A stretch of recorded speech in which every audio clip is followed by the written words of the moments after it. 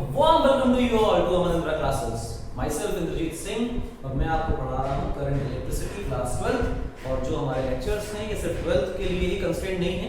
आप नीट और जेईई की प्रिपरेशन कर रहे हैं तो आपके लिए बहुत हेल्पफुल है। इतने हेल्पफुल है कि अगर आप पूरी सीरीज को फॉलो करेंगे, अमनंद्रा क्लासेस को फॉलो करेंगे तो आपको पता चलेगा कि आपको बहुत फायदा होने वाला है। जो भी आपके मेंस में पेपर में जो क्वेश्चंस आएंगे करंट इलेक्ट्रिसिटी से या आपके नीट के एग्जाम में जो क्वेश्चंस आएंगे, आप देखेंगे हमारे क्लास लेक्चर रूटीन लेक्चर्स के बाहर कुछ भी नहीं है। जो हमने कॉपी में लिखवाया, समझाया, पढ़ाया होता है, ईश्वर की कृपा है कि 6 सालों से जो पढ़ाते हैं उसके बाहर कुछ भी नहीं आता। कॉपी बच्चा अपनी रिवाइज करके जाता है और ये देखता है कि पेपर उसका बिल्कुल वैसा का वैसा रखा हुआ है। हालांकि क्वेश्चंस रिपीट नहीं होते हैं, क्वेश्चन की डिजिट्स तो मैच नहीं कर जाएंगी, लेकिन जो वैरायटी आपको पेपर में मिलेगी वो वैरायटी आपको हमारे बोर्ड पर जरूर मिलेगी। कुछ भी ऐसा नहीं होगा जो यहाँ हम पढ़ाएं, क्लास रूटीन में पढ़ाएं, वो क्लास रूटीन से बाहर पेपर में आ जाए। तो आज तक तो ईश्वर ने अपनी इतनी साथ रखी है और उम्मीद करते हैं आगे भी रखेंगे। तो आज है इलेक्ट्रिसिटी का लेक्चर 3। लेक्चर 3 में हमें क्या करना था? लेक्चर 2 में हमने ओम्स लॉ वेरीफाई किया था अपनी करंट की थ्योरी से। करंट की जो स्टैंडर्ड थ्योरी थी, जो मॉडलिंग की थी हमने, models are not that much real. वो रियल तो नहीं होते, लेकिन एक मॉडलिंग करने से समझ आता है कि चीजों को बहुत अप्रोक्सीमेट तरीके से पढ़ा जा सकता है। जो माइक्रोस्कोपिक लेवल है उससे भी छोटे लेवल की चीजें हैं उनको आसानी से पढ़ा जा सकता है। अच्छा, तो उससे हम लोगों ने ओम्स लॉ को वेरीफाई करके देखा कि हमारी थ्योरी ऑन एन एवरेज बहुत एक्यूरेट है, क्योंकि एक एक्सपेरिमेंटल लॉ को वेरीफाई कर रही थी। अच्छा, उसमें एक फैक्टर निकल के आया था रेजिस्टेंस का, और उस रेजिस्टेंस को लेकर के हमें चर्चा आज करनी थी और कहा था कि नेक्स्ट लेक्चर का जो एजेंडा होगा वो इस रेजिस्टेंस पर ही होगा। रेजिस्टेंस, रेजिस्टिविटी, कंडक्टेंस, कंडक्टिविटी, ये बातें कर ली थी, यूनिट्स कर ली थी। तो रेजिस्टेंस का आज का एजेंडा है, तो आज का एजेंडा लिख लेते हैं कि what is the agenda for today? Resistance. मैं आपको रेजिस्टेंस के बारे में कुछ जानकारी देता हूं। रेजिस्टेंस का फॉर्मूला हम लोग जो 10th क्लास में पढ़ के आए थे, रो एल बाई ए, और जो हमने अपनी थ्योरी से डेवलप किया था वो फॉर्मूला बनाया था। उस रेजिस्टेंस के फॉर्मूले में लिखा था 2ml by n e square tau A. यहां से देखने में पता चलता था कि जो 2m by n e square tau है इसकी वैल्यू रेजिस्टिविटी के बराबर है। अब इस फॉर्मूले को लेकर के हमें कुछ सवाल करने हैं, कुछ बातें देखनी है कि लेंथ आखिर चीज क्या है और एरिया आखिर चीज क्या है। लेंथ क्या है और एरिया क्या है? कोई वायर लिया जाए और कहा जाए कि इस वायर में करंट दौड़ रहा है, ये है एल लेंथ और ये है इसका क्रॉस सेक्शन एरिया ए। तो ये लेंथ है, ये एरिया है, कोई दिक्कत नहीं, इसमें तो किसी को कोई परेशानी नहीं होती। लेकिन एक प्रॉब्लम कि आपके पास मान लो कि क्यूबॉइड है, कंडक्टर है, क्यूबॉइडल शेप का, ये रहा, ये साइड ए, ये साइड बी और ये साइड सी, और करंट जो है वो इस दिशा में जा रहा है और ये रहा आई। और पूछा जाए कि इस वक्त क्या रेजिस्टेंस होगी, तो बच्चा क्या जवाब देगा? यार वायर में तो पता चलता था लेंथ लेंथ होती, एरिया एरिया होता, पर यहाँ तो कंफ्यूजन है। वैसे यहाँ भी कंफ्यूजन होना चाहिए था, बच्चे के दिमाग में कभी आता नहीं है, क्योंकि जो वायर में करंट है हमेशा लेंथ के अलोंग ही दौड़ता है। हम इस तरह से वायर को कनेक्ट करते हैं कि करंट हमेशा लेंथ के अलोंग ही दौड़े, लेकिन वो लेंथ के अलोंग की जगह वो रेडियली भी फैल सकता है। ऐसा पॉसिबल है, हम कर सकते हैं ये काम। तो इसमें कुछ डेफिनेशंस में कुछ और माइन्यूट बातें, क्या ये जो लेंथ है it is always along the current.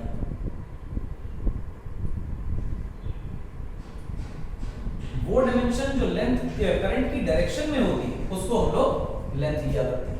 Current की डायरेक्शन में जो लेंथ वो लेंथ है। और एरिया क्या है? Area is perpendicular surface. तो लेंथ के जो परपेंडिकुलर सरफेस, एरिया वेक्टर नहीं बोल रहा हूं मैं, एरिया सरफेस के लिए जो सरफेस लेंथ के परपेंडिकुलर होगी वो मेरा एरिया होगा, उसी को हम क्रॉस सेक्शन एरिया बोलते हैं। और लेंथ हमेशा करंट के अलोंग ही होगी, ये इंपॉर्टेंट टर्म है, याद रखना है। अब अगर मैं देखूं कि रेजिस्टेंस में रो की वैल्यू रो है, मान लो मटेरियल का जो रेजिस्टेंस है वो रो है, और करंट जा किधर रहा है? Left to right. Left to right का मतलब किस लेंथ के अलोंग चला जा रहा है करंट? इस लेंथ के अलोंग, यानी बी के अलोंग। तो लेंथ जो है वो हमारी बी हो गई, और एरिया क्या होगा? इस वाली लेंथ के परपेंडिकुलर जो सरफेस एरिया है वो ये है, और इस स्क्वायर को देखो आप, इस रेक्टेंगल को, तो वो a into c एरिया बनाना है। अच्छी बात। इसी तरह आप करंट की डायरेक्शन को चेंज करिए, नीचे से करंट लेकर आइए, ऊपर से करंट निकालिए, ये करंट की डायरेक्शन। यहाँ रेजिस्टेंस R2, इसकी वैल्यू क्या होगी? रो तो रो रहेगा, करंट के अलोंग, करंट कहां जा रहा है ऊपर, तो लेंथ कौन सी ली जाएगी c, और एरिया क्या लिया जाएगा इस लेंथ के परपेंडिकुलर जो एरिया है ये वाला कैसे लिखोगे a into b, b into a, तो ये लिख दोगे a, ठीक। ये करंट आ रहा है बाहर की तरफ और आ कहां से आ रहा है पीछे से, समझ रहे हो, ये जो बाहर वाली सरफेस अंदर वाली सरफेस उससे करंट आ रहा है, ये है करंट। तो R3 की वैल्यू क्या होगी, R3 की वैल्यू होगी रो, और जो ये करंट आ रहा है उसके लिए लेंथ कौन सी हो गई a, तो ये a अपॉन bc, ये रेजिस्टेंस। तो रेजिस्टेंस में जो रो है, जो L है, जो A है, वो क्या है समझ आना चाहिए। ये एक अच्छा बढ़िया प्यारा सुंदर टिकाऊ एग्जांपल है जिससे ये फील आ जाता है कि हाँ रेजिस्टेंस आखिर चीज क्या है, ठीक, और उसमें लेंथ और एरिया कैसे लिया जाता है। इसमें कुछ ऐसे एग्जांपल्स जो प्रोबेबली बोर्ड्स में कम ही पूछे जाते हैं, लेकिन आ जाए इसकी कोई गारंटी नहीं, क्योंकि सीबीएसई ने तो अपनी कहानी बदल दी और बोल दिया है कि 30% ऐसे सवाल होंगे जो लॉजिकल होंगे, कंसेप्चुअल होंगे, हाईली कंसेप्चुअल होंगे और किताब से शब्दशः उतारे गए नहीं होंगे। यानी कि अब पेपर सीबीएसई का तो एटलीस्ट ऐसा आएगा जो कि आपके लॉजिक, आपकी स्किल, आपकी नॉलेज पर डिपेंड करेगा। दूसरी बात, सीबीएसई के पेपर में पिछले कुछ सालों में देखा गया है कि जो साइज है, जो लेंथ है पेपर की बड़ी है। बच्चा लगातार लिखता है तो पूरे टाइम में कंप्लीट कर पाता है, छोटे में पेपर कंप्लीट नहीं होता है, क्योंकि रिप्रेजेंटेशन भी कोई चीज है। पेपर की डिफिकल्टी भी बढ़ा रहे हैं, पेपर की लेंथ भी बढ़ा रहे हैं, मतलब आपने अगर मेहनत कर रखी है तो आप स्कोर करेंगे, आपने मेहनत कम कर रखी है तो आप कम ही स्कोर करेंगे। तो इसलिए कम पढ़ने वालों से एक थोड़ी सी रिक्वेस्ट है कि थोड़ा सा ज्यादा पढ़ें इस बार, ज्यादा का मतलब बहुत ज्यादा नहीं, मेहनत से पढ़ें और सारा पढ़ें, क्योंकि सीबीएसई ने गेम को पलटा है। आप नोटिफिकेशन देखें सीबीएसई की। खैर इसको इरेज करते हैं, नोट कर लीजिएगा आप।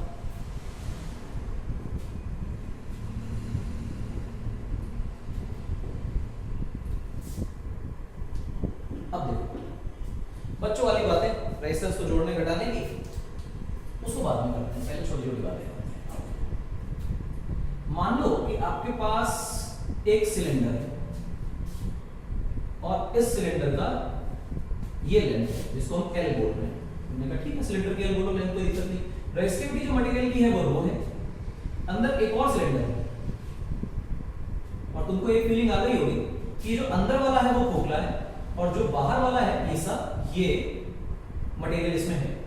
इसका मतलब अगर मैं इनर रेडियस को A बोल रहा हूं और आउटर रेडियस को B बोल रहा हूं, तो ये जो B माइनस A वाली जगह है, इतनी जगह, इतने में तो मटेरियल है और B से खोखला है, मतलब एक सॉलिड सिलेंडर है उसको B से हॉलो कर दिया, ठीक। जो करंट इसमें दौड़ रहा है वो इस दिशा में दौड़ रहा है I, जो करंट इसमें दौड़ रहा है वो इस दिशा में दौड़ रहा है I, ये करंट दौड़ा है, ये करंट दौड़ा है, ये, ठीक। अब तुमसे पूछा जा रहा है कि what is the resistance of this material. मैं नीचे लिख देता हूं, रेजिस्टेंस कितनी होगी, तुम्हारे दिमाग में तुरंत आना चाहिए कि सर रेजिस्टेंस की जो वैल्यू होगी वो क्या होगी। सबसे पहले तो रो लिखो, लेंथ लिखे, क्या लिखे, लेंथ तो करंट के अलोंग होती है, करंट इधर जा रहा है इधर, और इधर का मतलब कि पूरी लेंथ कंडक्टर की होगी यानी L। एरिया कैसे लिखें, area is perpendicular to length, तो वो तो सर ये क्रॉस सेक्शन एरिया है, पर इस क्रॉस सेक्शन में ये बीच का हिस्सा तो हमारे पास है ही नहीं, यानी कि जो मेरा एरिया लिखा जाएगा वो लिखा जाएगा पाई इंटू बी स्क्वायर, बड़ा वाला एरिया। जैसे बड़ा लेंगे तो पूरा एरिया आ जाएगा, लेकिन इतना एरिया तो उसमें से हटाना है क्योंकि इस छोटे से रीजन में तो कुछ है ही नहीं, तो हम लिखेंगे माइनस पाई ए स्क्वायर। तुरंत दिमाग में क्या आया, rho into L by pi of B square minus A square. थोड़ा गंदा हो गया, इसको साफ ही लिखना है ना, ये चलेगा। ये रेजिस्टेंस अच्छा सवाल है, नोट भी करना है और पकड़ के चलना है कि हाँ ये चीजें, अच्छा ये चीजें आए ना आए पेपर में, कुछ ऐसे सवाल होते हैं, कुछ ऐसे टॉपिक्स होते हैं जो पेपर में आए या ना आए इससे फर्क नहीं पड़ता है। आपको वो सवाल सिर्फ इसलिए करने चाहिए ताकि आपको उस टॉपिक की डिटेल्ड बिल्कुल बढ़िया डीप फील आ जाए कि हाँ भाई रेजिस्टेंस ये चीज है। तो ये वो सवाल है जो इतने स्टैंडर्ड है कि शायद अगर आ जाए तो कोई चमत्कार नहीं और ना आए तो ऐसा कोई रिग्रेट नहीं कि नहीं आया। इनकी प्रैक्टिस से आपकी स्किल डेवलप होगी, इस टॉपिक को लेकर आपकी पकड़ मजबूत होगी, इसलिए इनको करना भी जरूरी है। खैर इसी का दूसरा सवाल देखिए, मैंने कहा था कि लेंथ के अलोंग, जो इसको हम लेंथ यूजुअली समझा करते हैं, उसके अलोंग करंट बहे ऐसा कोई जरूरी नहीं। अंदर खोखला है, बाहर मटेरियल है, ये मटेरियल है, ठीक, ये रेडियस a है और बाहर वाली रेडियस b है, और जो करंट है वो ऐसे दौड़ रहा है। ऐसे कैसे दौड़ रहे हैं आप, क्या ऊपर और नीचे करंट दौड़ रहा है, ऊपर नीचे नहीं, रेडियली आउटवर्ड करंट आ रहा है। Current is radially outward, current is radially outward, current is radially outward, इस तरह से करंट आ रहा है, ठीक है ना, रेडियली आउटवर्ड, आई रेडियली आउटवर्ड। ये है करंट का डायरेक्शन। अब रेजिस्टेंस बताइए, अगर इस मटेरियल की रेजिस्टिविटी रो है तो आपके दिमाग में क्या है? मैं इसको इस दिशा से देखता हूं, इस दिशा में अपनी एक प्यारी सी आंख लगाता हूं, गलती बन गई क्या? ये है आंख। इधर से देखने पर क्या दिखाई देगा? वो सर्कुलर क्रॉस सेक्शन दिखाई देगा। अगर सर्कुलर क्रॉस सेक्शन दिखाई देगा तो हम लिखते हैं साइड व्यू, और साइड व्यू आप देखो कैसा बनेगा? ऐसा। ये अंदर की रेडियस a और बाहर की रेडियस b, और जो मटेरियल है वो ऐसा यहां पर, ये मटेरियल। इसमें करंट कैसे जा रहा है? रेडियल आउटवर्ड, यानी करंट ऐसे जा रहा है, जो रेड वाला मार्क है। This is your current. आपको लेंथ कहां लेनी है? लेंथ तो सर वहां ली जाती है जहां पे करंट होता है, करंट की डायरेक्शन में लेंथ होती है। तो आप एक काम करें, सवाल को निकालने के लिए क्या करें? x दूरी पर जाएं, x दूरी पर जाकर ऐसा एक गोला काटें, और x के बाद dx थिकनेस की एक और गोला काटें। ये जो आपने ये बनाया, ये शेडेड रीजन वाला हिस्सा, इसको आप dx बोलेंगे। x पे जाके dx याद करो, यही एलिमेंट लेने का तरीका हम 11 से भी करते हैं। ये dx कोई दिक्कत नहीं, x पे जाके dx, आसान। अब सोचो इसमें कैसे समझा जाए? इस डायग्राम में हम कहां गए? x दूरी पर, और वहां से एक बढ़िया सा गोला बनाया, एक और गोला बनाया। लेकिन सर यही क्यों बनाएंगे? ये तो पूरा पूरा कटेगा। हां, सिलेंडर बनाना है बेसिकली, ये पूरा सिलेंडर बनाना है, समझे बात? ये क्रॉस सेक्शन से देखने पे x पे जाके dx का एलिमेंट काटा गया, और ये x पे जाके dx का जो पतला एलिमेंट है पूरा अंदर घुस रहा है, समझे ना? ये पूरा का पूरा अंदर जा रहा है, तो ये पूरी लेंथ में ये एलिमेंट कटा हुआ है। अच्छा, करंट किधर जा रहा है? Radial outward. अगर रेडियल आउटवर्ड, तो फिर इस एलिमेंट के जो मैंने ब्लू वाला एलिमेंट बनाया, इस एलिमेंट के लिए लेंथ क्या होगी? लेंथ तो हमारी dx होगी, क्योंकि असल में करंट तो dx के अराउंड ही भाग रहा है। तो जो इस एलिमेंट का छोटा सा रेजिस्टेंस dr होगा, उसकी वैल्यू होगी ρ इनटू जो छोटा सा लेंथ है dx, और उसके बाद इसका cross sectional area. Cross section area क्या है? समझो, करंट किधर जा रहा है? करंट ऐसे जा रहा है, रेडियल आउटवर्ड। तो कभी भी किसी भी इस तरह के सर्कुलर अपर्चर में आप देखो, या सर्कुलर क्रॉस सेक्शन में आप देखो, यहाँ पे सरफेस पर जो रेडियल डायरेक्शन है वो हमेशा सरफेस के परपेंडिकुलर होती है। तो dx तो लेंथ के अलाउंग हो गया, ठीक है। जो एरिया है that must be perpendicular to length, यानी कि इस रेडियल डायरेक्शन के परपेंडिकुलर। पर गौर से सोचो, जो रेडियल डायरेक्शन के परपेंडिकुलर होता है वो तो कर्व सरफेस ही होती है, हर जगह की कर्व सरफेस उसके रेडियल डायरेक्शन के परपेंडिकुलर ही होगी। यानी कि जो ये कर्व सरफेस एरिया बनेगा वो हमारा टोटल क्रॉस सेक्शनल एरिया होगा, ठीक? क्योंकि ये देखो, ये जा रहा है ना ऐसे ऊपर करंट, तो ये इस क्रॉस सेक्शन के परपेंडिकुलर है। तो किसका कर्व सरफेस एरिया मुझे लेना है? मुझे कर्व सरफेस एरिया लेना है इस वाले जो हमने एलिमेंट सिलेंडर बनाया है, ब्लू वाला जो सिलेंडर बनाया है, इसका क्या है कर्व सरफेस एरिया? 2 पाई x इसकी पेरिफेरी होगी, जो ब्लू वाला हमने एलिमेंट बनाया है, ठीक? 2 पाई x पेरिफेरी होगी। अब ये 2 पाई x पेरिफेरी को अगर मैं इस l लेंथ से मल्टीप्लाई कर दूं, ये टोटल लेंथ है, अगर इस l लेंथ से मल्टीप्लाई कर दूं इस 2 पाई x को, तो टोटल एरिया बन जाएगा 2 पाई x इनटू l। ये रेजिस्टेंस हो गया रो बाय 2 पाई l, इधर आ गया dx अपॉन x इधर लिख दिया, और ये क्या लिखा हुआ है? dr। मैं इसको इंटीग्रेट कर दूं, बात बन जाएगी। हां, तो क्या मैं इसको इंटीग्रेट कर दूं, बात बन जाएगी? हां, बिल्कुल बन जाएगी। कहां से कहां तक x को इंटीग्रेट करना? dx नीचे x ही आएगा, सर dx लिख देगा, dx। कहां से कहां तक इंटीग्रेट करें? सोचो, सेंटर से a दूरी पर जब गया तब कंडक्टर मिलना शुरू हुआ, और a से लेकर b दूरी तक मिलता रहा, यानी x की लिमिट a से लेकर b तक रहेगी। ये हो गया total resistance row by 2 pi into l, और 1 बाय x का इंटीग्रेशन इज ln x, और लिमिट कहां से कहां तक? a से लेकर b तक। तो इसी को और कर लो, रेजिस्टेंस की जो वैल्यू निकल के आएगी that would be rho by 2 pi l, और उसके बाद क्या लिखेंगे? ln b by a। ये रेजिस्टेंस सेम ये वैरायटी आपकी कैपेसिटेंस में चलेगी, ठीक? इसी टाइप का सवाल कैपेसिटेंस में चलेगा। तो प्रोसीजर आपको याद होना चाहिए, दिमाग में बात आनी चाहिए, जो लेंथ है वो अराउंड द करंट, और जो सरफेस एरिया है वो उस लेंथ वाले एलिमेंट के परपेंडिकुलर आएगी। तो आपको ये इमेजिनेशन में क्लियर रहना चाहिए कि परपेंडिकुलर सरफेस कहां आ रही है, लेंथ के अलाउंग कौन सा एलिमेंट आ रहा है। इसी तरह से हमने x पे जाके dx का एलिमेंट लिया है कि अगर रेडियली आउटवर्ड हमारी करंट है तो रेडियल आउटवर्ड डायरेक्शन में एक एलिमेंट ले लो तो लेंथ बन जाएगा, उसके परपेंडिकुलर जो सरफेस बनेगी वो क्रॉस सेक्शन एरिया होगा। और ये करने से फायदा ये होगा कि dx हमें पता है, और इस एलिमेंट के लेने से जो क्रॉस सेक्शन बन रहा है वो सिलेंड्रिकल है, और वो हमेशा लेंथ के परपेंडिकुलर है। तो सिलेंड्रिकल सरफेस का जो सरफेस एरिया है वो मुझे निकालना आता है। अगर ये ना आता होता, कोई भूल जरूर सरफेस होती तो निकल तो आता, लेकिन हम कैलकुलेट कर पाते इसकी कोई गारंटी नहीं, क्योंकि हमें फार्मूला शायद ना पता होता, ठीक है? इसलिए एलिमेंट जिस तरह लिए जाते हैं, ये स्टैंडर्ड प्रोसीजर्स हैं, एलिमेंट लेने के तरीके जरूर याद होने चाहिए। अब आगे देखें, इसको इरेज कर देते हैं, आप लोग नोट कर लीजिएगा, बोलते रहिए, फॉर्मूले याद करते रहिए, स्टैंडर्ड रिजल्ट्स हैं, देखते ही देखते पहचान में आने चाहिए। अगला सवाल इसी से जुड़ा हुआ बन सकता है, कैसा बन सकता है? देखिए, आपके पास एक स्फेरिकल कंडक्टर या आपके पास स्फीयर और कॉन्सेंट्रिक स्फीयर, और जो मटेरियल है वो यहाँ अंदर वाली रेडियस a, बाहर वाली रेडियस b, और जो करंट है वो करंट दौड़ रहा है रेडियल आउटवर्ड डायरेक्शन में, करंट दौड़ रहा है रेडियली। तो अब तुरंत फीलिंग आ गई कि अगर करंट रेडियली दौड़ रहा है तो एलिमेंट तो x पे जाके dx का स्फीयर बनाने से ही मिलेगा। तो x पे जाके dx का स्फीयर बनाए, आप यहां से x दूरी पर जाएं, जो काम पहले किया था डिट्टो वही काम रिपीट करना, कोई नया चमत्कार नहीं। x पे गए और dx का एक प्यारा सा अच्छा सुंदर मनचाहा चित्र बनाया और ये d एलिमेंट बोल दिया। मैं शेड कर देता हूं उसको, आपको तुरंत फीलिंग में आना चाहिए कि ये वाली जो थिकनेस है ये dx है। अच्छा, और स्फेरिकल ही बनाया है, कोई दिक्कत नहीं। तो जो dr बनेगा इसका, वो dr की वैल्यू जो होगी वो होगी rho into length dx। Length dx क्यों? क्योंकि रेडियल आउटवर्ड डायरेक्शन में करंट है और वही तो हमारा dx। अपॉन एरिया, एरिया क्या होगा? गौर से देखो, अगर रेडियल आउटवर्ड डायरेक्शन में करंट है, रेडियल हमारी अगर लेंथ एलिमेंट है तो सरफेस एरिया उसका जो होगा, जो कर्व सरफेस एरिया होगा वही उसका क्रॉस सेक्शन एरिया बनेगा, जो परपेंडिकुलर रहने वाला। स्फेरिकल है तो 4 पाई इनटू x स्क्वायर, क्योंकि x और dx में कोई अंतर नहीं है तो पूरी सरफेस को x रेडियस का माना जा सकता है। ये तो सरफेस एरिया बन गया, बहुत बढ़िया। अब क्या करें? dr को जब आप इंटीग्रेट करेंगे तो बन जाएगा टोटल r, रो बेटा बाहर आ गया, 4 पाई बाहर आ गया, integration of dx divided by x square, limit a to b, क्योंकि a से हमारा कंडक्टर मिल रहा है, b तक मिल रहा है, तो x की लिमिट a से b तक लगेगी।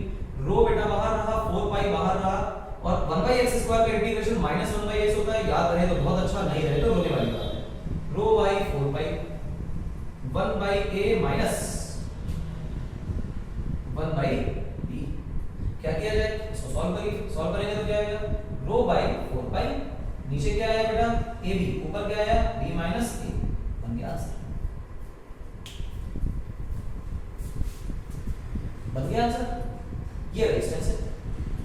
अच्छा सवाल है, कोई परेशानी? सिंपल, इसको भी नोट करिए। इसके अलावा और कोई सवाल होता है? बहुत सारे होते हैं, इतने ज्यादा नहीं कराऊंगा जितने मैं ऑफलाइन क्लासेस में कराता हूं, लेकिन जितना आपके नीट के लिए, जेई के लिए या बोर्ड्स के लिए इंपॉर्टेंट है, उनमें से एक भी चीज नहीं छोड़ी जाएगी। क्लासेस में तो बहुत एग्जॉस्टिव कवरेज होती है, इतनी ज्यादा होती है कि बच्चे कई बार इरिटेट हो जाते हैं कि इतना ज्यादा क्यों पढ़ा रहे हो, लेकिन हाँ, जितना स्पोर्ट्स का, जितना हमारे सिलेबस में जेई मेंस में, नीट में या बोर्ड में आएगा, उसको तो एग्जॉस्टिवली अभी भी कवर करेंगे। मान लो ये अच्छा सवाल है जो अभी करा रहा हूं, ये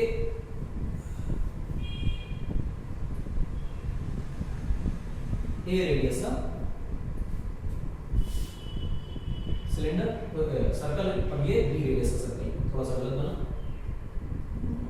अब सही है ये, और ये इनकी एक्सेस है, और ऊपर की सरफेस को यहां से मिला दें, नीचे वाले को यहां से मिला दें, तो आपको देखने में मालूम पड़ेगा कि फ्रस्टम बन रहा है, कोई दिक्कत तो नहीं, ये फ्रस्टम बन गया, और इसमें पूरे में मटेरियल भरा है। डू नॉट कंसीडर कि ये हॉलो टाइप का कोई चीज है, ये बाल्टी टाइप का शेप है जिसमें पूरे में कंडक्टर भरा हुआ है, ये कंडक्टर मटेरियल इसी शेप का है। अच्छा, ये जो लेंथ है टोटल, ये x है, ये वाली जो रेडियस मैंने अभी आपको बताई, थोड़ा सा दूसरे कलर से लिखता हूं, देखना तो मोटा है, ये जो रेडियस है इसको हम a बोल रहे हैं, और ये जो रेडियस है इसको हम b बोल रहे हैं। रेजिस्टिविटी इस मटेरियल की रो है, और तुमसे पूछा जा रहा है कि बताओ इसकी रेजिस्टेंस क्या है। तो गौर से देखने पर मालूम चलता है कि जो क्रॉस सेक्शन एरिया है, अच्छा करंट की बात भी आती है कि करंट कहां फ्लो कर रहा है, तो दिमाग में बात रखिए, करंट जो है वो लेंथ के अलावा फ्लो कर रहा है, ऐसे, this is the direction of current. तो कॉमन सेंस से जो लेंथ है वो तो l है, क्लियर, उसके परपेंडिकुलर क्रॉस सेक्शन लेना है, पर गौर से देखो ये क्रॉस सेक्शन लगातार बदल रहा है, तो एरिया वेरी कर रहा है, तो काम तो इंटीग्रेशन से बनेगा, ये तो फीलिंग आ जाती है, जैसे ही एरिया वेरी करे, लेंथ वेरी करे, कुछ भी वेरी करे, तो इनमें से जो कुछ भी वेरी कर रहा है, अगर कभी वेरिएबल केस आ जाए जो कॉन्टिन्यूअसली वेरी कर रहा हो, डिस्क्रीटली कॉन्टिन्यूअसली वेरी कर रहा हो, तो वहां पर इंटीग्रेशन की फीलिंग आनी चाहिए। ठीक, शब्द को बात करें, जब भी कभी कोई भी एक वेरिएबल कॉन्टिन्यूअसली वेरी कर रहा हो लेंथ के साथ, एरिया के साथ कुछ भी वेरी कर रहा हो, अगर कॉन्टिन्यूअस वेरिएशन है तो इंटीग्रेशन से ही अपना आंसर आता है। हमारे पास एक सुंदर प्यारी अच्छी टेक्निक है कि मैं इसको ओरिजिन मानकर इस पॉइंट को यहां से किसी x सेपरेशन पर आता हूं और x सेपरेशन पर dx का एक स्ट्राइक करता हूं। और एलिमेंट लेने का यही तरीका है, डिफरेंशियल एलिमेंट है। अच्छा, x पे जाके dx करता है, क्या मिला? देखो क्या मिला बताता हूं। अगर तुम इसको इधर से देखो, जब काटोगे इसको, बेसिकली ये है तो सर्कुलर, तो जब इसको कहीं से भी तुम परपेंडिकुलर टू लेंथ काटोगे तो जो एलिमेंट निकालोगे मिलेगा सर्कुलर ही। तो ये जो एलिमेंट मैंने काटा dx बनाया, दिखने में पट्टी दिख रही है, पर इसको 3D में सोचो तो बनेगा तो सर्कल ना, डिस्क बनेगी पूरी। तो ये डिस्क बनेगी। इस डिस्क की अगर रेडियस सोची जाए तो रेडियस क्या होगी? हम ये कह देते हैं कि रेडियस जो है वो r है। ठीक, ये है r है। अभी जो एलिमेंट लिया इसकी जो रेडियस है वो r है, कोई दिक्कत नहीं। अब अगर मैं इस छोटे से एलिमेंट का dr बोलूं तो वो क्या होगा? रो इनटू करंट आगे जा रहा है और आगे की तरफ जो ये लेंथ है ये तो dx है, तो लेंथ के अलोंग करंट के अलोंग लेंथ, परपेंडिकुलर एरिया तो इसका जो डिस्क बनी है इसका cross section area that is pi into r square. ये हमारा dr हो गया। dr तो निकल आया, डायरेक्ट इंटीग्रेशन कर पाएंगे क्या dx का? नहीं, r वेरिएबल है। थोड़ा सा सोचो कि अगर तुम x कम करते पीछे की तरफ यहां एलिमेंट लेते तो क्या यहां की रेडियस अलग होती? हां। आगे एलिमेंट लेते तो क्या रेडियस अलग होती? हां। इसका मतलब ये हुआ कि इस x के साथ ये r वेरी कर रहा है, जैसे जैसे x बदलोगे वैसे वैसे जो डिस्क कटेगी आगे जाके बड़ी हो जाएगी, पीछे आके छोटी हो जाएगी, रेडियस बदलती चली जाएगी। यानी r is simply is a function of x। तो या तो इस इक्वेशन में x r के टर्म में आ जाए या तो r x के टर्म में आ जाए, तो बात बन जाए। यानी x और r का रिश्ता चाहिए। इसके बहुत तरीके हैं, एक स्टैंडर्ड तरीका है जो मैं बताने जा रहा हूं। पकड़ लीजिए, थोड़ा सा छोटा भी है इस तरीके को। ये y है और इसको मान लीजिए आप x एक्सिस, और ये जो पॉइंट जहां से मेरा कंडक्टर शुरू हो रहा है इसको आप मान लीजिए अपना ओरिजिन। आप ऊपर वाली लाइन को देखिए, ऊपर वाली लाइन क्या है? स्ट्रेट लाइन है। हाँ, अगर कोई स्ट्रेट लाइन है तो y is equal to mx plus c के फॉर्मेट को फॉलो करेगी। हाँ करेगी। y एक्सिस में वेरी क्या कर रहा है? तो दोस्त देखो यहां पर रेडियस a है, यहां पे रेडियस और बढ़ गई, यहां रेडियस और बढ़ गई और ये b हो गई। यानी बेसिकली y एक्सिस में वेरिएशन रेडियस का है, यानी कि y एक्सिस में मैं r लिख सकता हूं। ये रही स्लोप इस स्ट्रेट लाइन की। और x एक्सिस में क्या वेरी कर रहा है? वो तो x ही वेरी कर रहा है, तो हम x ही लिख देते हैं। प्लस c की जगह लिखें इंटरसेप्ट। इंटरसेप्ट का मतलब क्या? जब x 0 हो जाए तो y कितना है? x को 0 करते ही x को 0 किया, y कितना मिला? ये तो सर पहले वाली रेडियस मिली। पहले की रेडियस कितनी है? a, यानी ये रेडियस a है, तो इंटरसेप्ट कितना मिला? a। अच्छा, स्लोप कैसे लिखोगे? स्लोप लिख के बताते हैं। स्लोप कैसे लिखेंगे? यहां से x एक्सिस पे पैरेलल लाइन ड्रॉ करो और ये है तुम्हारा थीटा। तो क्या इसी थीटा का जो tan थीटा होगा वही तुम्हारी स्लोप होगी? हाँ बिल्कुल, tan थीटा ही तो स्लोप होती है। तो गौर से देखो ये टोटल रेडियस क्या है? b, और इतनी रेडियस कितनी है? a, तो इसके पैरेलल यहां आ जाओ तो ये भी तो a ही है, और ये पूरी दूरी कितनी है? b। तो जो ये बच गया ये हाइट, ये जो बच गई ये हाइट कितनी होगी? ये होगी b माइनस a। पूरी रेडियस माइनस a वाली रेडियस तो b माइनस a अपॉन नीचे टोटल लेंथ कितनी है? ये टोटल लेंथ तो l है, तो perpendicular upon base tan theta लगाया, स्लोप निकल आया। तो r का फार्मूला क्या बन गया? r का फार्मूला बना b minus a by l into x plus a। ये r का फार्मूला है। अच्छा, दोनों तरफ डिफरेंशिएट कर दीजिए, इधर भी और इधर भी। डिफरेंशिएट करेंगे तो लेफ्ट साइड में बनेगा dr, b minus a common है, कांस्टेंट है, बाहर आ जाएगा, और यहां बनेगा dx, और a कांस्टेंट है, डिफरेंशिएट करोगे 0 हो जाएगा, कोई इशू नहीं है। तो ये डिफरेंशिएट होकर 0 हो गया। गौर से देखो dx की क्या वैल्यू निकल गई? यहां से तुम dx को डायरेक्टली लिख सकते हो l upon b minus a into dr। ये तुम्हारे dx की वैल्यू आ गई। क्लियर पता था कि r को dx में लाना है या dx को r में लाना है? हम dx को r में ले आए, पुट कर दीजिए। अब इसी dr को देखिए, इस dr को देखिए तो क्या लिखेंगे? रो dx की वैल्यू क्या लिखेंगे? l upon b minus a, और ऊपर क्या है? dr, और नीचे वाली कहानी तो बची हुई है। हाँ, तो पाई इधर लिख लीजिए और r स्क्वायर इधर लिख लीजिए और इंटीग्रेट कर दीजिए। बाकी सब कांस्टेंट है, इसलिए बाहर लिख दिया डायरेक्टली, मैंने इसलिए बाहर करके लिखा। r इंटीग्रेट होकर dr इंटीग्रेट होकर क्या बनेगा? r total rho into l by pi of b minus a लिखा गया। कोई परेशानी नहीं? dr by r square, limit कहां से कहां तक? गौर से देखो रेडियस की लिमिट लगा रहे हो। रेडियस जब x 0 था तो रेडियस कहां थी? a, और हमारा कंडक्टर जब खत्म होगा तो रेडियस कितनी हो जाएगी b, यानी रेडियस की लिमिट a से बढ़ते बढ़ते कितनी हो गई b, यानी जो मेरी लिमिट है वो कहां से कहां वेरी कर रही है, a से b। बहुत अच्छी बात। 1/r² का integration -1/r limit a to b, और कॉमन सेंस जो माइनस है ये लिमिट को उल्टा कर देगा और हमारा जो आंसर आने वाला है दैट इज 1/a - 1/b। फिर बच्चा कहेगा सर इसको फर्दर सॉल्व करिए, फर्दर सॉल्व करते हुए आपको दिखाई देगा b - a ये रहा, और ये नीचे आएगा बेटा ab और ऊपर आएगा b - a। b - a b - a भाई भाई सुसाइड कर लेंगे। जैसे ही दोनों सुसाइड करेंगे तो गौर से देखो तुम्हारे पास क्या आंसर आने वाला है, r की वैल्यू आएगी rho into l by pi a b। This is your resistance. अच्छा सवाल है, इसलिए अच्छा है कि अगर आपको स्ट्रेट लाइन वाला तरीका नहीं आता है तो थोड़ा सा लंबा हो जाता है इसके फंक्शन को निकालना, इसलिए थोड़ा लंबा होता है। और स्टिल अभी भी ये सवाल ठीक ठाक पड़ा है, क्योंकि आपको एलिमेंट लेना आना चाहिए, आपको लेंथ की और एरिया की बातें पता हो, एलिमेंट लेना आता हो, यहाँ पर आपको ये पता चल जाए कि r वेरिएबल है, r वेरिएबल को कैसे लाया जाएगा x के टर्म में वो पता हो, और उसके बाद फिर इंटीग्रेशन तो है ही हमारी कैलकुलेशन। तो कैलकुलेशन का पार्ट, कांसेप्ट का पार्ट, मैनिपुलेशन का पार्ट, ये सारी चीजें अगर आपको आती होंगी, आपके गिरफ्त में होंगी तो ये सवाल लगेगा, वरना मुश्किल। तो ये सवाल इसलिए अच्छा है। खैर ये सवाल अच्छा है, ठीक डालिए इसको, फिर आगे बढ़ते हैं। आई होप क्लियर हो गया, आगे बढ़ते हैं कुछ और अच्छे सवालों की तरफ। मैं इसमें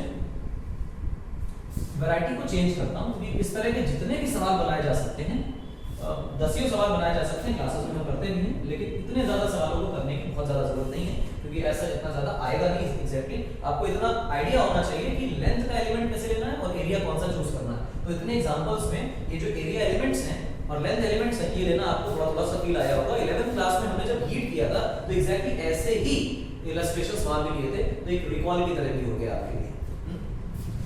अच्छा, अब रेजिस्टेंस की बातें करते हैं। हमने रेजिस्टेंस में क्या किया, गौर से देखो, एक सवाल बढ़िया सा। रेजिस्टेंस का फार्मूला हमने पढ़ा rho l by a। If suppose आपके पास एक रॉड है ऐसी, मैं वैरायटी को चेंज करता हूं, इसकी लेंथ मान लो है l और क्रॉस सेक्शन एरिया है a, रेजिस्टिविटी है rho, तो रेजिस्टेंस क्या बनेगी, इसकी रेजिस्टेंस बनेगी rho into l by a। हमने कहा एक और टाइप का मेरे पास कंडक्टर है जिसकी लेंथ है 2l और एरिया मान लो है a और रेजिस्टिविटी इसकी भी rho है, और इनको एंड टू एंड जोड़ दिया गया, एंड टू एंड जोड़ दिया गया। एंड टू एंड जोड़ने का मतलब ये वाला एंड इस वाले एंड से जोड़ देना कैसे बनेगा, तो मेरे हिसाब से अब जो कहानी होगी वो ऐसी होगी, ये a, ये l, ये 2l, ये भी a और ये भी a और ये भी a और ये रो और ये रो। अच्छा, क्या होगी अब की रेजिस्टेंस, तो r प्राइम जो आज की रेजिस्टेंस हो जाएगी वो कैसे निकाली जाएगी, मेरे हिसाब से तो रेजिस्टेंस रेजिस्टिविटी दोनों की सेम है, अगर सेम है तो ये रहा। लेंथ कितनी हो चुकी है 3l, 2l l 3l, और एरिया कितना है क्रॉस सेक्शन का, वो तो a। तो बेसिकली इसको कैसे लिखते हैं, 3 rho l by a। ये क्या था, ये तो पहले वाला r था, हमने r लिख दिया, तो बेसिकली ये बन गया 3r, तो r प्राइम की वैल्यू 3r आ गई। अगर मैं इसका ही रेजिस्टेंस लिखने की कोशिश करूं, r1 ऐसे करो या r2 करो, r2 की वैल्यू कितनी होगी, तो लिखोगे rho into 2l by a, जिसकी वैल्यू होगी 2 into rho l by a, और ये वैल्यू r के बराबर है, तो r2 की वैल्यू 2 टाइम्स r हो जाएगी। तो गौर से देखो, तो तुम्हारा r प्राइम निकल के आ रहा है, क्या वो डायरेक्टली 2r और r है, सम है, हाँ ये तो सीरीज कॉम्बिनेशन होता है, सीरीज कॉम्बिनेशन में डायरेक्ट जोड़ देते हैं, वही हमने यहाँ पर किया, डायरेक्ट ऐड कर दिया। तो बेसिकली एंड टू एंड जोड़ना सीरीज कॉम्बिनेशन कहलाता है। अभी सीखेंगे इसको सीरीज कॉम्बिनेशन को, पर फिलहाल तो ये समझे कि ये series combination, and to end जब जोड़ा जाए तो ये सीरीज कॉम्बिनेशन कहलाता है। अच्छी बात, यहाँ पर सीरीज कॉम्बिनेशन में अब ये इस बात की एम्बिग्युइटीज मत पालना कि करंट ऐसे दौड़ रहा है, नहीं, we have considered l to be length, अगर ये l लेंथ है तो हम ये मान चुके हैं कि करंट ऐसे ही दौड़ रहा है, ठीक है ना, इस बात को समझ के चलना, ये सीरीज कॉम्बिनेशन। अच्छी बात। इसके अलावा इसमें 10th क्लास में और क्या वैरायटी आती है, ऑल्दो ये 12th में भी मेंशन्ड है, पेपर में आ सकता है 100%, लेकिन हम लोग के यहाँ हमारी क्लासेस में 10th क्लास में इसके जितनी वैरायटीज पॉसिबल है हम 10th में ही कर लेते हैं। तो क्या मान लो कि ये कहा जाए कि मेरे पास एक कंडक्टर है जिसका क्रॉस सेक्शन एरिया है a और लेंथ है उसकी l, रेजिस्टिविटी है rho, और कहा गया कि इसको काट दिया गया इनटू 2 इक्वल पार्ट्स।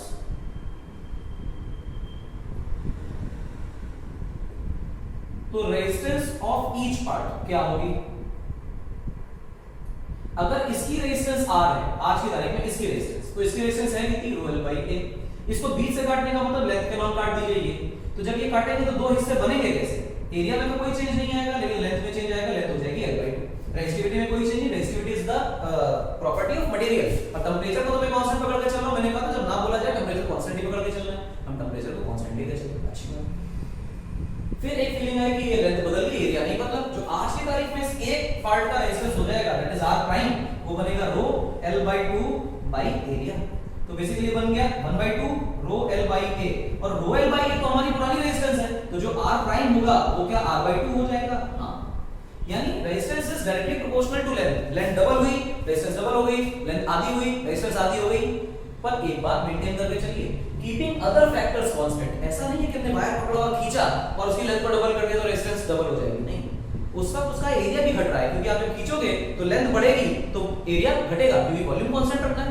किसी चीज को खींच के लंबा करोगे तो पतली नहीं हो जाएगी। यहां पर मैं क्या कह रहा हूं कि अगर रेजिस्टेंस की लेंथ से डिपेंडेंस देखें तो डायरेक्टली प्रोपोर्शनल है, वो अलग बात है, लेकिन वो तभी डायरेक्टली प्रोपोर्शनल होगी जब दूसरे फैक्टर्स कांस्टेंट यानी एरिया और रेजिस्टिविटी को कांस्टेंट पकड़ के चलेंगे तब।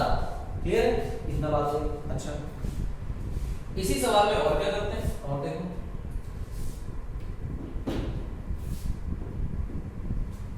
This wire is doubled, this to wires, ये जो दो वायर्स हैं इनको इस तरह जोड़ दिया गया, एक दूसरे के ऊपर लपेटा गया, एल बाई टू लेंथ। और एक और जो वायर था दूसरा वाला वो भी एल बाई टू लेंथ। इस वाले का क्रॉस सेक्शन ए था, इस वाले का भी क्रॉस सेक्शन ए था। इसी सवाल को आगे बढ़ाना है, तो जो आज की तारीख में आर डबल प्राइम हो जाएगी रेजिस्टेंस, वो क्या होगी उसके बारे में चर्चा करो। तो कोई दिक्कत नहीं, क्या इसकी रेजिस्टिविटी रो थी, हां क्या इसकी भी रो थी, हां एक ही तो मटेरियल है, काटने पीटने से क्या फर्क पड़ता है। तो जो आज का रेजिस्टेंस है वो कितना हो जाएगा, वो हो जाएगा रो इनटू लेंथ कितनी है that is L by two. Area कितना है, एरिया इसका ए पर जो कंपोजिट वायर बना उसका एरिया तो 2a हो गया, तो हम लिखेंगे 2a 1 by 4 rho L by A. और रो एल बाई ए तो पुराना रेजिस्टेंस होता था, तो ये बन गया बेटा आपका R double prime is 1 by 4 R. ये जो कॉम्बिनेशन बनाया इससे क्या रेजिस्टेंस आधी हो गई। हाँ, बेसिकली इस कॉम्बिनेशन को हम बोलते हैं पैरेलल कॉम्बिनेशन। क्यों, क्योंकि लेंथ अगर ये मानी है तो करंट ऐसे जा रहा है। अगर करंट ऐसे जा रहा है तो हम ये कह सकते हैं कि बैटरी इस स्टैंड पे लगी है और बैटरी इस स्टैंड पे लगी है। अब गौर से देखो कि दोनों ही वायर्स के लिए बैटरी के दोनों टर्मिनल्स कॉमन है। एक साइड देखो higher higher, lower lower, higher same potential पे, लोअर सेम पोटेंशियल पे, यानी कि अगर दोनों के पोटेंशियल डिफरेंसेस सेम हो जाएं तो वो पैरेलल कहलाते हैं। This kind of combination is termed as parallel combination. अच्छा, ये तो पैरेलल कॉम्बिनेशन हो गया। आगे बढ़े, आगे इसको करते हैं। अब बात आती है स्ट्रेच करने की।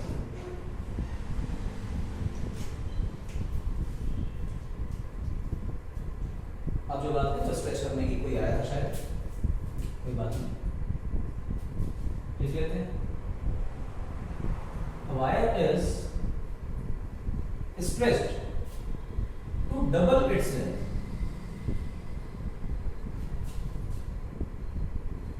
Find ratio of the resistances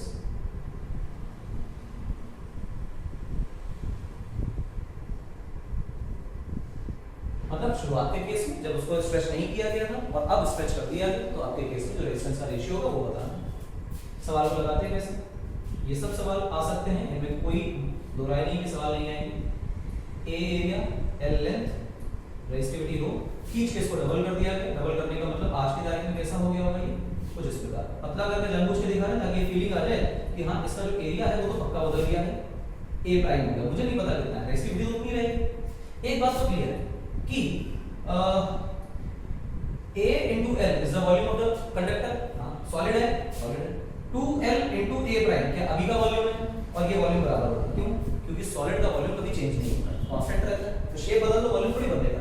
L से L को कैंसिल कर दो, L से L को कैंसिल करते ही A प्राइम की वैल्यू क्या है, A by 2, नए एरिया की वैल्यू पता चलेगी। पुराना रेजिस्टेंस जो है R ओल्ड वो है रो L by A, और जो R न्यू है उसकी वैल्यू है रो 2L by A प्राइम, यानी कि रो 2L by A प्राइम की वैल्यू कितनी है, दैट इज A by 2। तो ये 2 2 4 बाहर आ गए, रो L by A लिखा, ये R न्यू। अब देखो क्या करें, R new upon R old कर लेते हैं। R new upon R old करोगे तो ये हिस्सा रो L by A कट जाएगा और हमारे पास आंसर आएगा 4। ये रेशियो, कोई परेशानी? क्या इसको डबल ट्रिपल भी किया जा सकता है? हाँ, अगर लपेटोगे इसको वायर को, मान लो आपस में लपेट दिया तो ये वाला केस बन जाएगा, तो लेंथ L/2 हो जाएगी, एरिया 2a हो जाएगा। ठीक, तो ये 10th क्लास की वैरायटी है और 12th में आती है, ये सच है, लेकिन हाँ है तो 12th क्लास की, ये 10th क्लास की वैरायटी। इसमें एक फॉर्मूला मैं आपको बता देता हूँ जो आपके लिए बेनिफिशियल रहेगा। देखो कैसे है बेनिफिशियल फॉर्मूला, वो देखो।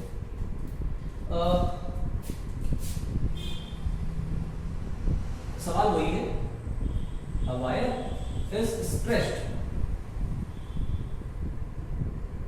to n times its original length.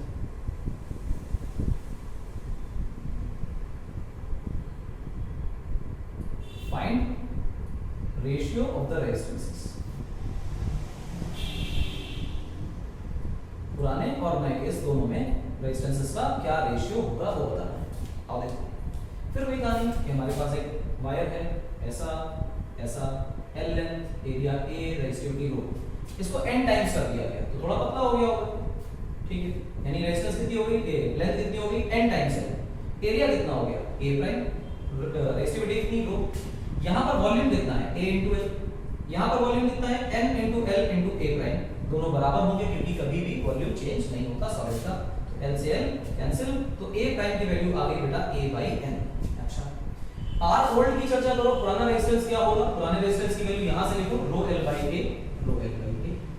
R new की चर्चा करो, नया रेजिस्टेंस क्या होगा rho into L/A, तो rho नया वाला L यानी NL, नई वाली resistance that is A prime, area sorry, rho NL by area A prime की वैल्यू क्या है A/n, समझे ना, A/n, n ऊपर चला गया तो क्या हुआ n स्क्वायर rho L/A, और ये चीज क्या है, R ओल्ड है तो बेसिकली जो R न्यू निकल के आया वो n स्क्वायर R ओल्ड निकल के आया, यानी कभी भी स्ट्रेच किया जाए या लपेटा जाए n square R old is the R new. अब मैंने इसको गौर से देखो कि अगर इसको मैं खींचकर डबल कर दूंगा तो 4 टाइम्स हो जाएगा, खींचकर ट्रिपल कर दूंगा तो 9 टाइम्स हो जाएगा। 4 टाइम्स अगर मैं लेंथ को कर देता हूं खींचकर स्ट्रेच करके, ये नहीं कि मैंने नया कंडक्टर लगाया, दोनों बातों में अंतर, खींचकर अगर 4 टाइम्स करता हूं 16 टाइम्स हो जाएगा, पर मैं इसको लपेट देता हूं, डबल कर देता हूं। डबल करने का मतलब क्या हुआ, एक दूसरे में आपस में लपेट दिया, आपस में लपेटने का मतलब ये हुआ कि लेंथ तो आधी हो जाएगी पर एरिया डबल हो जाएगा, एरिया बढ़ में जाए, लेंथ कितनी हुई आधी, आधी का मतलब n की वैल्यू क्या है 1/2, 1/2 का मतलब कितना हुआ 1/4, अभी लगाया था 1/4 आंसर आ रहा था, 3 बार लपेट दिया गया आपस में तो लेंथ 1/3 हो गई, 1/3 होने का मतलब n की वैल्यू 1/3 तो 1/9 हो जाएगा। ठीक, तो ये जो एक फार्मूला है इससे सारी चीजें लग जाती हैं, तो इसको पकड़ के चलना है। अच्छा सवाल, ठीक, हटाएं इसको, बिल्कुल हटाते हैं। इसके बाद एक छोटी सी चीज और आती है, वो है रो इक्विवेलेंट की। उसके बाद आज के लेक्चर को कंक्लूड करेंगे, कहानी खत्म करेंगे। बात क्या है आज के इसमें कि मान लो कि मेरे पास एक ये length L, area A, resistivity ρ1, मेरे पास एक और कंडक्टर है और just for the sake of simplicity of calculations मैं इसका लेंथ L और एरिया A ही ले रहा हूं, बट रेजिस्टिविटी लेता हूं ρ2 और इनको एंड टू एंड जोड़ दिया गया, एंड टू एंड मतलब ये वाला एंड इससे जोड़ दिया, जोड़ा गया तो क्या बना। अच्छा, एक बात तो क्लियर है, तुम्हें तुरंत याद आ गया होगा सर सीरीज कॉम्बिनेशन, और सीरीज कॉम्बिनेशन में जो रेजिस्टेंस होते हैं उनको हम डायरेक्टली ऐड कर दिया करते हैं। ठीक, अभी मैं सीरीज कॉम्बिनेशन पैरेलल कॉम्बिनेशन पढ़ाऊंगा, बट फिलहाल तो इतना याद रखिए, cross section area A, resistivity ρ1, resistivity ρ2। अब जो आज की तारीख में R इक्विवेलेंट है, वो R इक्विवेलेंट क्या हो, या टोटल R टोटल बोलो, R टोटल, तो बेसिकली इसको ऐसे लिखा जा सकता है कि ρ1 L/A प्लस ρ2 L/A। हम क्या लिख सकते हैं, ρ1 प्लस ρ2 ब्रैकेट में और L/A, ये है R टोटल। मजा आया। अब तुमसे कोई कहे कि एक ऐसी रॉड बनाते जिसकी लेंथ इन दोनों के जोड़ने पर आती, यानी कि 2L होती, इन दोनों का सम बेसिकली मैंने सिंपलीफाइड कर लिया, इसलिए L का 2L हो गया, वरना L1 प्लस L2 लिख सकते थे, और एरिया भी उतना ही होता जितना इनका है, तो वो A मान लो एरिया, पर रेजिस्टिविटी होती है इसकी रो इक्विवेलेंट, तो यानी एक ऐसा कंडक्टर बनाते जिसकी कुछ अलग रेजिस्टिविटी होती, लेकिन इस डायमेंशन में जो इस डायमेंशन का एक टोटल कंडक्टर बन रहा है, इस सेम डायमेंशन का अगर मैं दूसरा कंडक्टर लेता तो उतनी ही रेजिस्टेंस क्रिएट करता जितनी कि इन दोनों ने मिलकर की। ये होता है इक्विवेलेंट का मतलब। इक्विवेलेंट का मतलब है कि एक ऐसा कंडक्टर में लेता जो इन्हीं की डायमेंशन का लेता, उसकी रेजिस्टिविटी कुछ और हो सकती है, डायमेंशन सेम करने पर वो उतना ही रेजिस्टेंस क्रिएट करता जितना दोनों मिलकर कर रहे हैं। तो यानी इस केस में भी जो टोटल रेजिस्टेंस आएगी उसकी वैल्यू वही होनी चाहिए जो ये, पर यहां से कितनी निकल के आएगी? ये आएगी rho equivalent into 2L upon A। बिल्कुल। और अगर ये इक्विवेलेंट है तो कॉमन सेंस है कि इसकी रेजिस्टेंस बराबर होनी चाहिए, तो ये दोनों बराबर होंगे। जब ये दोनों बराबर होंगे, डेफिनेशन ही बेसिकली है, तो ρ1 plus ρ2 times L by A। आपके दिमाग में L बाई A कैंसिल हो गया, तो रो इक्विवेलेंट की वैल्यू बनी बेटा ρ1 plus ρ2 by 2। This is very much important question कि रो इक्विवेलेंट की क्या वैल्यू होगी और क्या हम ऐसा कोई कंडक्टर क्रिएट कर सकते हैं? हां बिल्कुल। अगर मैंने सेम लेंथ के और सेम एरिया के दो कंडक्टर्स एंड टू एंड जोड़े, इंपॉर्टेंट है, एंड टू एंड जोड़े और उसके बाद पूछा जाए कि कितनी इक्विवेलेंट रेजिस्टिविटी का कोई एक कंडक्टर लिया जाए कि सेम डायमेंशन पर सेम रेजिस्टेंस क्रिएट करे, तो वही। क्लियर? अच्छा, मैंने इसको एंड टू एंड जोड़ा है, अगर मैं इसको एक के ऊपर एक रख देता तो वो पैरेलल कॉम्बिनेशन हो जाता, तो कोई फर्क नहीं पड़ता है। अगर वो पैरेलल कॉम्बिनेशन हो भी जाता तो बेसिकली हम यहाँ पे उस पैरेलल कॉम्बिनेशन के अकॉर्डिंग यहाँ रेजिस्टेंस लिखते और सेम डायमेंशन जो बनती उसका यहाँ पर एक रेजिस्टेंस एक कंडक्टर लेते और फिर वहां से रो इक्विवेलेंट निकालते। ठीक है ना? अगला वैरायटी वही बन जाएगी। तो ये समझ आया रो इक्विवेलेंट? बिल्कुल इजी। इसको टिक लीजिए, हट जाते हैं। अब अगला सवाल देखो, इसी में पैरेलल कॉम्बिनेशन का हो जाए तो बहुत आसान है। अब देखो ये रहा L area A, ratio ρ1, length L area A, ratio ρ2। ध्यान रखें इस बात को कि मैं जानबूझकर चीजों को सिंपल रखने के लिए, कैलकुलेशंस को आसान रखने के लिए L और A दोनों में बराबर ले रहा हूं, इजीली कैंसिल आउट हो जाएंगे। L1 L2 A1 A2 लूंगा तो चीजें आसानी से कटेंगी नहीं, बस इतना सा अंतर आएगा, बड़ा सा आंसर बनेगा। आप चाहें तो अपने मन से क्रिएट कर सकते हैं L1 L2 A1 A2 लेकर के, जो प्रोसीजर मैं कर रहा हूं इसी प्रोसीजर को फॉलो करें, एक कॉम्प्लिकेटेड सा आंसर आ जाएगा आपके सामने और वो आप खुद भी कर सकते हैं। तो करिएगा एक्सरसाइज के तौर पे, आपको अच्छा लगेगा। इन दोनों को अब कैसे जोड़ा गया? इन दोनों को ऐसे जोड़ा गया। ठीक, ये A तो टोटल बन गया 2A, ये L, ये ρ2, ये ρ1। कितनी रेजिस्टेंस बनेगी आज की तारीख में? जो रेजिस्टेंस बनेगी इस कॉम्बिनेशन की वो बनेगी तो प्रॉब्लम हो गई यार, कैसे जोड़ा जाए? जोड़ते तो नहीं आएगा, क्या किया जाए? ऐसे तो आएगा ही। एक तो परेशानी है क्योंकि एंड टू एंड नहीं जुड़े ना, तो ये दिक्कत वाली बात है। अगर ये पैरेलल कॉम्बिनेशन है, इस बात को समझना, अगर ये पैरेलल कॉम्बिनेशन है तो 1/r total is equal to 1/r1 plus 1/r2 नाम की चीज हुआ करती है। डायरेक्ट नहीं जुड़ेंगे, पैरेलल कॉम्बिनेशन है, दिमाग में रखिए इस बात को। इस r1 की क्या वैल्यू है? r1 की वैल्यू मेरे हिसाब से है ρ1 * L/A। r2 की क्या वैल्यू है? ρ2 * L/A। तो आप आइए यहां पे देखिए क्या करें। 1/r total is equal to 1/ρ1 L/A plus 1/ρ2 L/A। ठीक, अब इसको ऐसे ले लेंगे। ठीक, एक बढ़िया सा कंडक्टर बनाते हैं जिसकी लेंथ L है और एरिया 2A, क्योंकि वो दोनों मिलकर 2A एरिया बना रहे हैं और जो रो है वो रो इक्विवेलेंट है, कोई दिक्कत नहीं। अच्छा, यहाँ बच्चा फंस सकता है जिसको ये नहीं पता है कि पैरेलल में ऐसा होता है, तो फंस सकता है डायरेक्टली R1 + R2 कर देगा, नहीं करना है। यहाँ से जो R इक्विवेलेंट निकलेगा, इसकी R की वैल्यू निकलेगी, इसमें R प्राइम बोल रहा हूँ, उसकी वैल्यू निकलेगी बेटा रो इक्विवेलेंट इनटू L/2।